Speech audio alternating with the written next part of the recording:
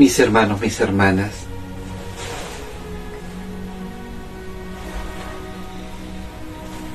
estamos celebrando un día bonito para todos los que tienen este don de la paternidad, ¿cierto? Estamos celebrando el Día del Padre. Y estamos también celebrando este día en que el Señor llamó a un grupo, llamó al grupo de los 12 a también ser padres de muchedumbres.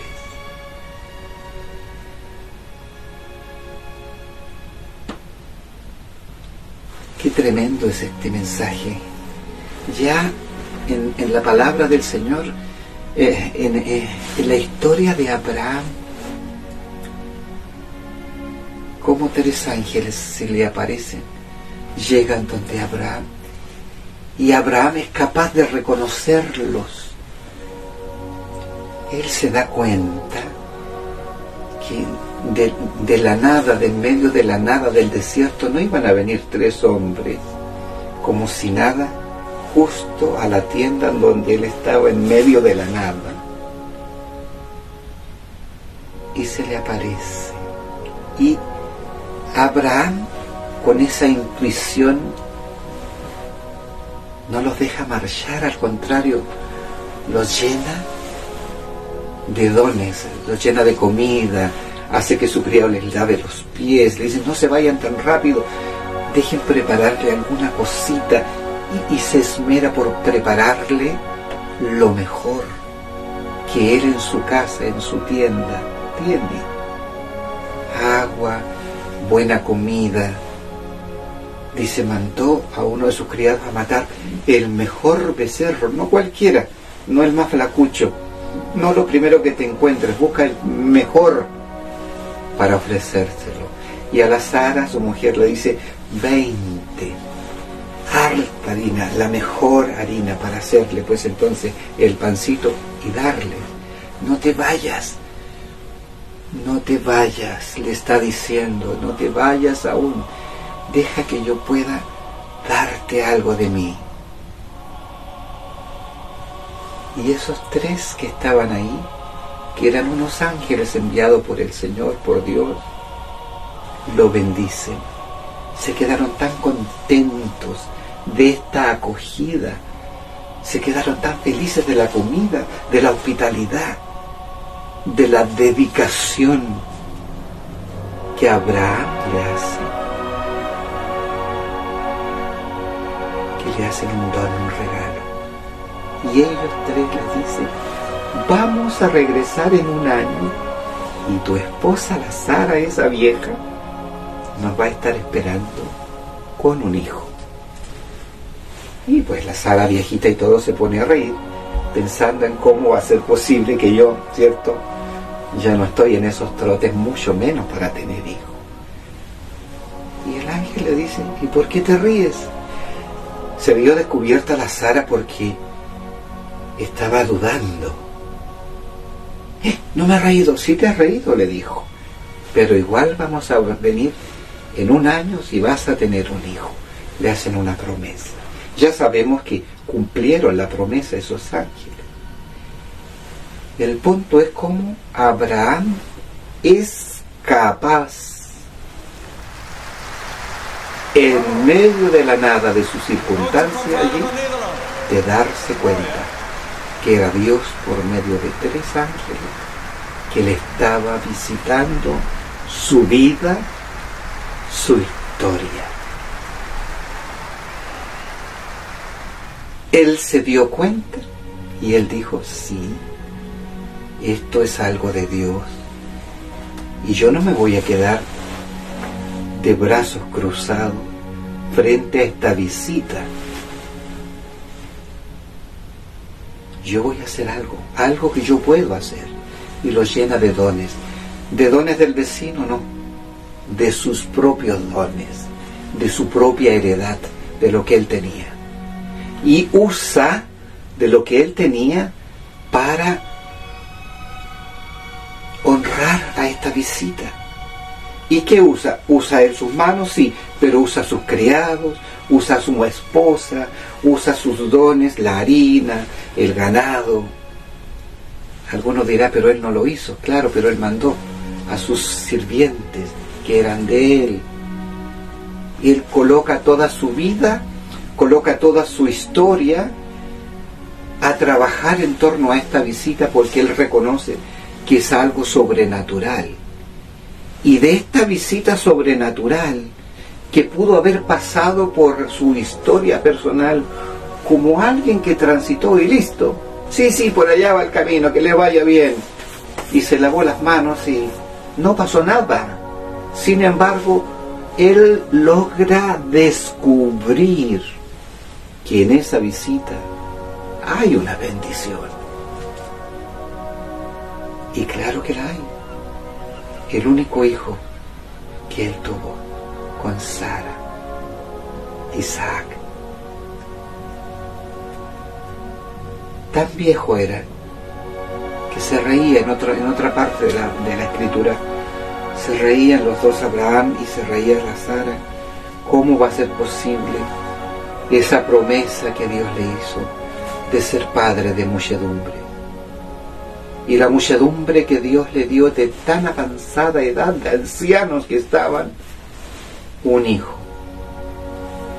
Y yo me imagino a Abraham mirando a su retoño viejo, un abuelo ya teniendo un hijo, y lo miraba, y lo único, y cómo este hijo iba a ser tan numeroso como las estrellas de los cielos y las arenas de la tierra, de la playa. Si yo solo tengo un hijo, y no tengo 20 ni 30 hijos, uno. Y viera usted que la historia sí la cumplió el Señor. Y esta intuición de Abraham de descubrir al Dios poderoso en 3 visitantes. Y esta intuición de Abraham de hacer trabajar todo lo que él era y a todo lo que él tenía en torno a esta visita, porque reconocía la visita de Dios en su historia, en la historia de Abraham. Y fíjense usted, en el Evangelio nos narra que Jesús andaba y miraba en todas las aldeas por donde pasaba, y él tenía un dolor en el corazón de ver a esa gente, decía la Escritura. Me da tristeza esta gente porque andan extraviados, perdidos, como ovejas sin pastor. Les dio pena a la gente, les dio tristeza, les dio amargura. Y el mismo Señor va, empieza a caminar por la orilla del lago. Pasa caminando y mira a 2 pescadores allí. A 2 pescadores que estaban trabajando con las redes, limpiándolas, sacando las cosas, qué sé yo. Y mira a uno y mira al otro. Eran 2 hermanos. Y mira a Pedro y le dice, sígueme.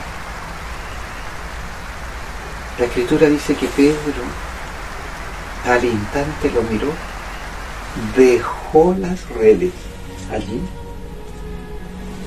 y siguió a Jesús. No le preguntó nada. Lo vio, miró sus ojos, escuchó lo que él le dijo: Pedro, sígueme. Y Pedro lo siguió, y su hermano Andrés inmediatamente, y un poco más allá a otros 2 hermanos. Parece que Jesús andaba buscando a familia, tenía un clan de familiares, ¿cierto? Como en las comunidades, en la parroquia. Cuando de tarde en tarde, esto no nos ocurre a nosotros ni a ustedes tampoco, se arman estos clanes de la familia tanto y de la otra familia tanto, y quien quiere tener un poco más de injerencia, un poco más, ¿cierto?, de voz o de autoridad en el mando, en el gobierno de la comunidad. Pero eso no les pasa a ustedes, seguramente que no. Entonces el Señor empieza a llamar por el nombre, y toda esta gente llega y deja las cosas que estaban haciendo y se ponen a seguir a Jesús. Y en este evangelio, en esta porción, nos habla de 12. incluido al que usted ya sabe, al Judas. No podemos decir que el Señor no sabía lo que estaba haciendo. Claro que lo sabía. No vamos a explicar aquí por qué entonces Judas traiciona al Señor. Y ya eso es parte de otra historia que no vamos a contar aquí. Porque aquí estamos contando la historia de cómo Jesús, cómo Dios, es capaz de llamar, de llamarte, de llamarme, de llamarnos a cumplir su propósito. ¿Y cuál era el propósito? Atender a todas estas gentes que andan como ovejas sin pastor.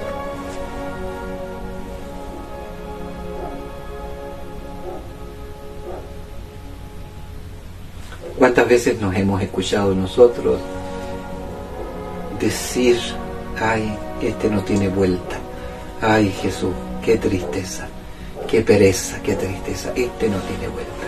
Con el tipo de vida que lleva, ¿a dónde le va a conducir? Al panteón le va a conducir, al fracaso en esta historia. Lo mismo que debe haber pensado el Señor cuando pasaba de pueblo en pueblo, de aldea en aldea, viendo a tanta gente amargada, sin horizonte, sin esperanza. Y Él llena su corazón de compasión por esa gente, por nosotros, por ti, y elige a cualquiera que Él quiso. Oiga, y en esta lista de los 12 no vamos a decir que este tipo de gente era una dulzura, una lindura de gente, pescadores normales y corrientes. Los pescadores en todas partes del mundo son idénticos, pescadores. No quiero malograr a los hermanos, porque tenemos muchos hermanos que son pescadores, pero son personas especiales. Entonces,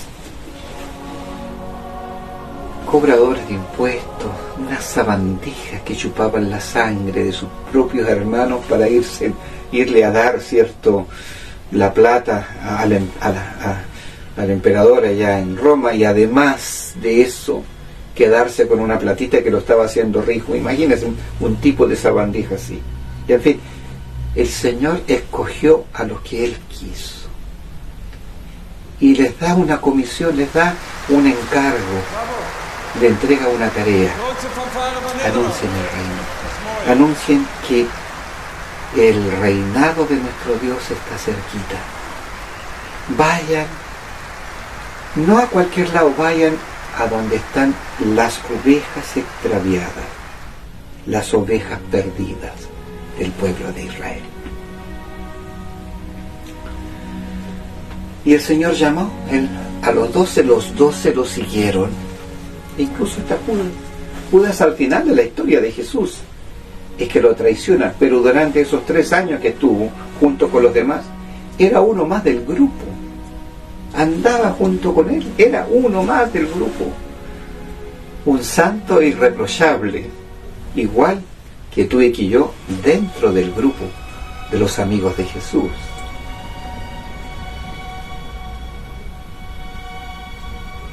Y llega entonces esta llamada, en latín vocare, la vocación, la llamada. Cuando el Señor se acerca a la orilla de tu vida, mientras tú estás arreglando tu trabajo, arreglando tu historia, arreglando las cosas que según tú son importantes. Y un día se aparece Jesús en tu vida y te dice, sabe tu nombre, y te dice, ven, sígueme. Algunos de nosotros, como Abraham, que reconoció la visita del Dios, también reconocimos la llamada de Jesús, y aquí estamos. Espero no llegar al último día como Judas, ¿cierto?, que vendió al Señor, que lo traicionó. Trato siempre lo mismo que mis compañeros y colegas, de no ser ese Judas, sino que ser, aunque sea el de cabeza dura como Pedro o cualquiera de los demás, pero soy y somos tal como el Señor nos ha llamado y seguimos siguiéndolo.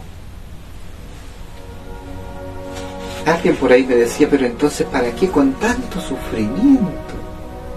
Y San Pablo aquí en los Romanos dice, sí, es verdad. Nosotros estamos aquí de pura gracia de Dios, no le pagamos nada, no pagamos nada para estar donde estamos. El Señor nos llamó de su puro amor y seguimos al Señor no porque nosotros seamos lo mejor que hay. Imagínate, nosotros éramos unos bandidos llenos de pecado, perdidos en la hediondez del pecado de esta vida.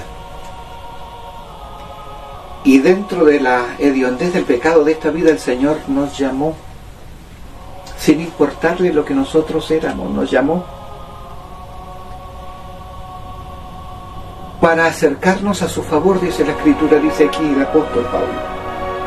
Y entonces dice, y por eso,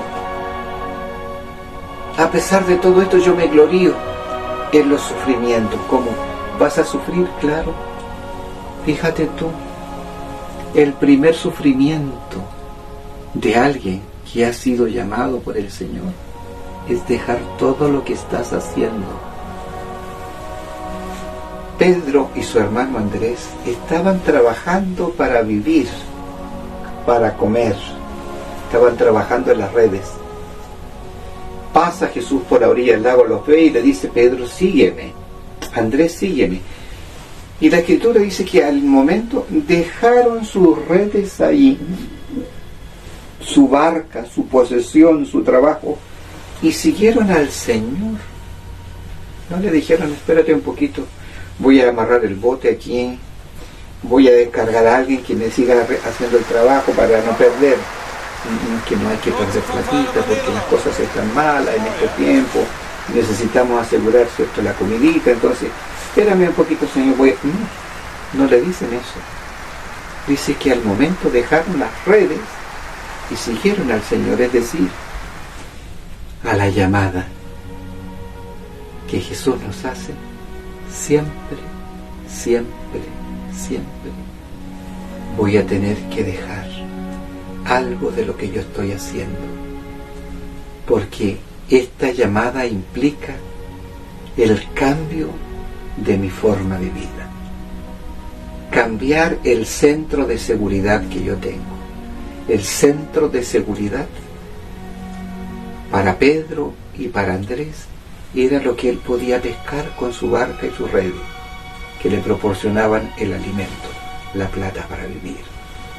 Y eso lo deja ahí, según el testimonio del Evangelio, por seguir a Jesús. Cuando uno piensa ingenuamente que el Señor me llama, sí, y yo quiero seguirlo, sí, Señor, pero no dejo nada, ¿a qué dejo? ¿Qué renuncio? ¿De qué me privo? Y no es porque uno sea masoquista, que le guste sufrir. San Pablo dice, estamos firmes, dice, de su favor, del favor del Señor. Y nos gloriamos con la esperanza de tener parte en la gloria de Dios. Y no solo por eso, dice, sino que nos gloriamos por estos sufrimientos. O sea, este seguimiento siempre va a tener aparejado un sufrimiento. Y dice, ¿y por qué sufrimos? Porque el sufrimiento nos da firmeza para soportar. Y esta firmeza nos permite salir aprobado. Y al salir aprobado nos llena de esta esperanza. Y esta esperanza no nos defrauda, porque Dios ha llenado con su amor nuestro corazón por medio del Espíritu Santo. Mateo se imagina a ese hombre, ese chupador de sangre, que sacaba la plata a su compañero, a todos los judíos, le sacaba la plata para mandársela a Roma, al emperador. pero no se la mandaba todita, sino que de esa plata que mandaba él sacaba para vivir. O sea, tenía su salario seguro, un salario, una plata manchada con sangre, incluso con el sufrimiento. Y a esa gente ha elegido Jesús como su discípulo, a un tipo como Mateo, a un tipo como Pedro, a un tipo como Andrés, a un tipo como Judas. Y los hizo el fundamento de su iglesia, el fundamento de su iglesia, a esos 12.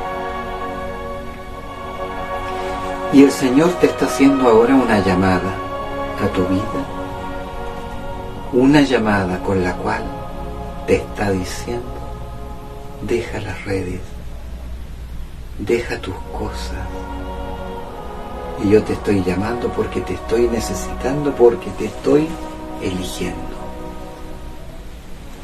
Y te encuentras entre mirando los ojos de Jesús que te llama y mirando tus propias redes, la seguridad de tu trabajo, el entorno familiar, las obligaciones matrimoniales, las obligaciones laborales, mi posición socioeconómica, mi posición política. Imagínate que tiene que haber pensado Mateo: si me voy con esto ya voy a dejar de ganar esta platita. Y tan fácil que es esta platita ganarla. Se la quito al otro, se la doy allá y me dejo mi parte y voy llenando y llenando y llenando mis bolsillos para hacerme rico. Y voy a tener que dejar eso. Lo dejaron. ¿Hubo sufrimiento? Después de eso, claro que hubo sufrimiento. Todos fueron asesinados. ¿Se acuerdan ustedes? Excepto uno, Juan. Pero todos los demás fueron asesinados, fueron martirizados, todos. Y después de eso hasta Pablo habla de los sufrimientos por seguir al Señor. Pero dice: ni aun con todo lo que tú o yo podamos sufrir por seguir al Señor, tenemos esa enorme recompensa, no solo allá en el cielo, cuando estemos en la mesa, en el banquete perdurable, en el banquete ese, en la mesa del Señor, que vamos a estar por siempre compartiendo el vino nuevo con Él, en el reino nuevo, en la tierra nueva, sino que ya en esta tierra tener el consuelo de la presencia, de la llenura del Espíritu de Dios en nuestra vida. Y dice, y no importa, dice Pablo, que me toque sufrir, no importa, porque este sufrimiento que yo tengo me va brindando otro tipo de escala, me va brindando espacios para yo poder seguir madurando, para poder yo llegar a la estatura de Cristo. Tenemos que llegar a ser como Cristo. Ay, ¿cómo va a ser eso posible? Claro, Pablo nos dice que debemos llegar a tener esa talla, esa estatura, como yo, dice, y se pone como ejemplo él mismo, como yo quiero que ustedes sean. Él no tenía ningún problema de autoestima, como usted o como yo podemos tener.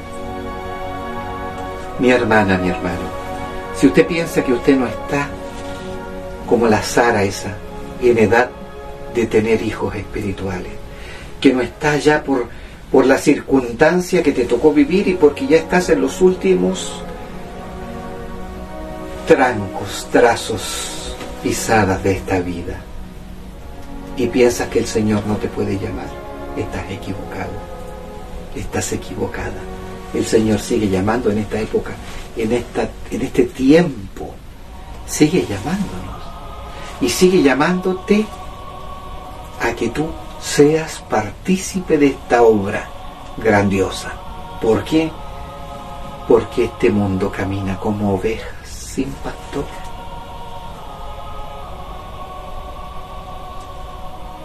Todo este mundo de Dios sigue hoy día, en el año 2023, como ovejas sin pastor.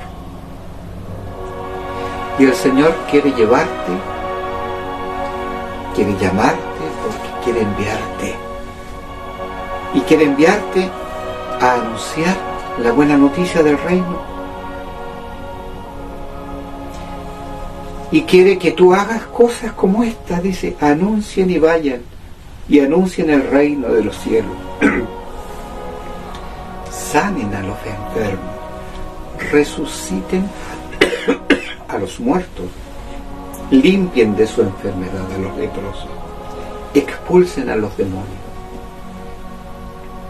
O sea, estamos siendo enviados para anunciar la posibilidad de un mundo distinto al que todos nosotros queremos. Y en el paso de eso, o al pasar de eso, curando y sanando todas estas enfermedades, libertando a los que están prisioneros. Tantos compañeros y tantas compañeras están prisioneros de ellos mismos. Quiero hacerle esta invitación, mi hermana,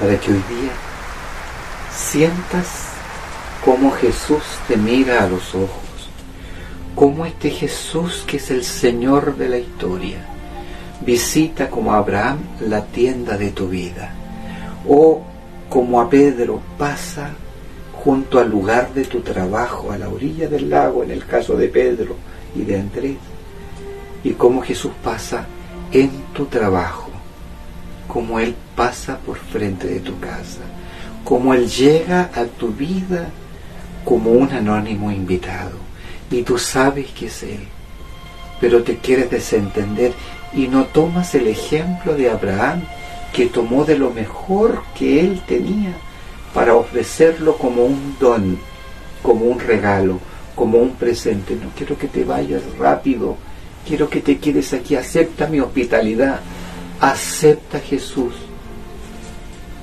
Lo poco que yo pueda darte te lo pongo aquí a tus pies. No quiero que te vayas, yo quiero que te quedes. Llámame a mí, envíame a mí, no a otro, a mí. Yo quiero. Si tu corazón hoy día, tal vez no tu entendimiento, pero sí tu corazón, te dice eso, déjate guiar por el corazón. Dile que sí al Señor, dile que no pase de largo, dile que no llame a otro, dile que el Señor te llame. Y a lo mejor no vas a ser tú un arzobispo, ni un obispo, ni un sacerdote, ni un diácono. A lo mejor tú vas a ser un servidor en todo el amplio sentido del concepto de servicio.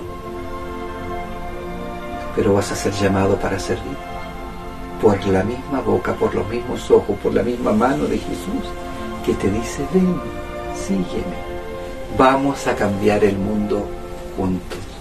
Es posible cambiar el mundo, es posible cambiar tu país, es posible cambiar tu barrio, tu ciudad, es posible cambiar tu entorno, es posible influir en la forma de vida de los demás. Claro que es posible. A eso nos está llamando el Señor. No le digas que pase de largo, no escondas los tesoros de tu casa, ofréntaselos al Señor. Señor, te quiero dar algo de comer, no quiero que te vayas pasando por mi casa sin una dote, sin un don, sin un presente de mi corazón, porque Él, lo mismo que hizo con Sara, te dará a ti una promesa que cumplirá, sin lugar a dudas. Él la cumplirá.